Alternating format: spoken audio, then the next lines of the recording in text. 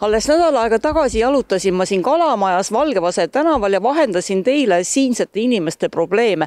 Nimelt tänava rekonstrueerimise käigus kaotati siin 35 parkimiskohta, nii et kohalikud elanikud enam siin parkida ei saa. See on väga suur mure. 2018 läks Valgevase tänav renoveerimisele ja selle renoveerimise käigus kaotati ära 25 parkimiskohta circa, kui me loeme kokku kõik väravate esised kinni kollaseks maalimised ja kõik muud parkimiskohad.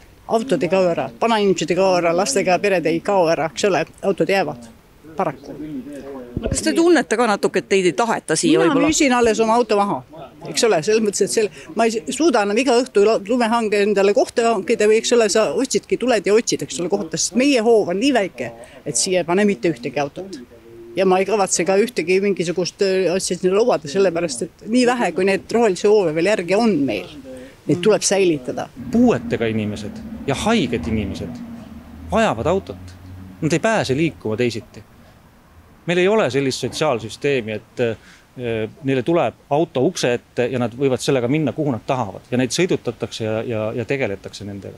Nad lihtsalt vajavad. Seega jällegi meie kõige väetimad, kõige haavatavamad ühiskonnaliikmed saavad jällegi pihta.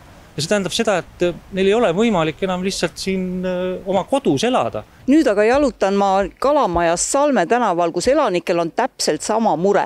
Linn soovib rekonstrueerida Salme tänavat, mille käigus kaotatakse ära osad parkimiskohad ja need kõnniteed ehitatakse laiemaks.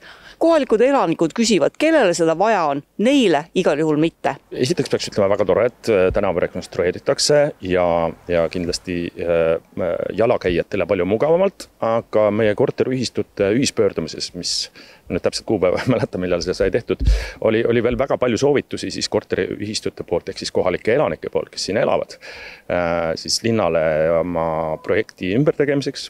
Eeskätt see puudutas ka meie tänava transiidistumist, et siin kiirused alla viia ja olid ka ettepanekud, et võiks olla ühesuunaline, üks tänav siin ühesuunaline, teine teistpidi ühesuunaline ja et see viis kiirused alla ja inimestel oleks ohutum.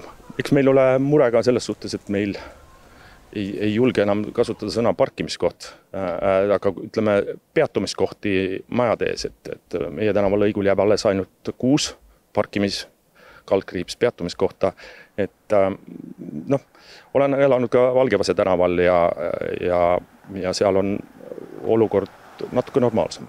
No ikka see mure parkimiskohtadega? Ja nagu seal pöördumises oli välja toodud selle omanike ja ühistute pöördumises, et väidetavalt 80 parkimiskoha asemel jääb 20, mida on ilmselgelt vähe, et me peaks selle parkimisega liikuma hoovide peale, kui siin vaadata, need hoovid kõik ilusad rohelised ja see tähendaks seda roheluse kaotamist ja hoovide asfalteerimist. Et kahjuks need majad on kõik arhitektuurimälestised muinsuskaitseline, meil ei ole võimalik seda maja tõsta ja teha nagu uus arendustes parkimist maja alla, et midagi teha ei ole, me peaksime ikkagi sama majade ees parkida. Siin kohalike ettepanek oli, et parkimiskohti ikkagi säilitada, et teha siis mingid tõstetud ristmikud või midagi sellist. Me selle kirjale vastust saanud veel ei ole, mis me tegime ühise pöörduse ja allkirjasid korjasime, nii et ootame ja vaatame, mis saama hakkab. Linn tahab teha Salme tänavast toredat tänavaruumi, kus oleks nii haljastust ja kus saaks ka nii liigelda autoga, rattaga ja jalakäijatel oleks ka ohutu. Seal ei ole ju ette nähtud praegu kergliiklusteid ja ka väga palju parkimiskohti kaotatakse ära. Kas see tänav muutubki nii nagu kohalikud ütlevad transiittänavaks?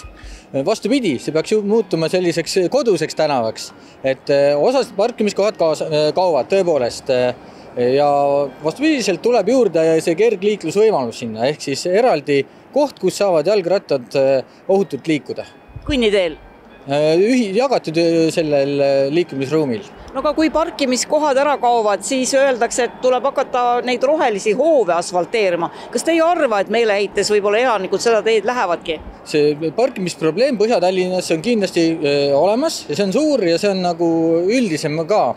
Et üks osa sellest probleemist on kahtlemata see, et võib-olla Põhja-Tallinn ongi meil muutunud juba selliseks kesklinlikuks kohaks, kus äkki see tasuta parkimine kui selline on oma aja ära elanud, et peaks olema sarnaselt kesklinna, et elanikel tekivad parkimiskohad, mis nad saavad enda parkimiskaartidega parkida ja siis kõik teised, kes tahavad seal parkida, nendel on tasuline. Ehk siis peaks tekkima nagu numbriliselt rohkem parkimiskohti elanikele. Minu arust võiks arvestada lihtsalt kohalike elanike soove, sest nemad elavad siin igapäevaselt ja peavad siin hakkama saama ja samamoodi, et see autovaenulikkus ei väljendu selles, et ei ole jalgrattateed. Jalgrattatee võiks ka olla, eks ole.